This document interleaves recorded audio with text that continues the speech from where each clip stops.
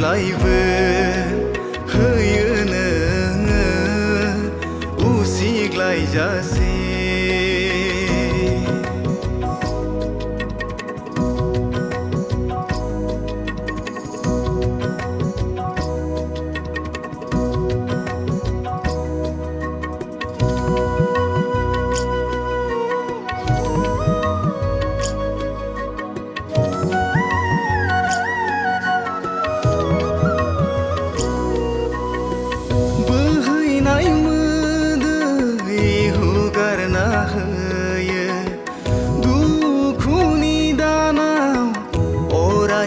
थाफायो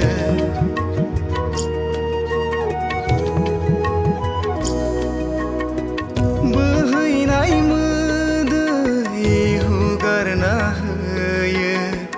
दुखुनि दानाव अराय नों थाफायो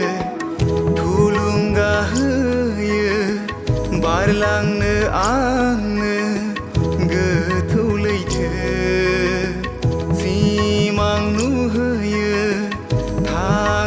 थानायनि जिउआव अराय आयै हां नों आंनि जिउनि थांना थानायनि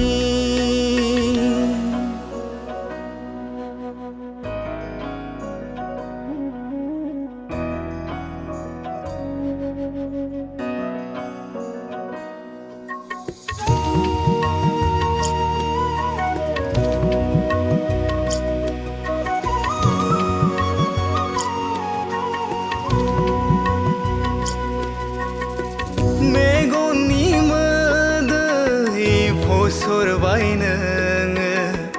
संसारखौ नुहोनो आंखौ दिनै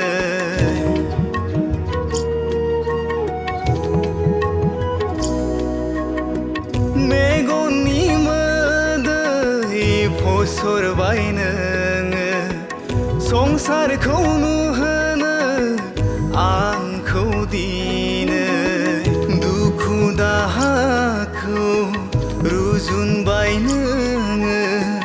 गावनि सायाव थेवबो नों अराय लाखिबाय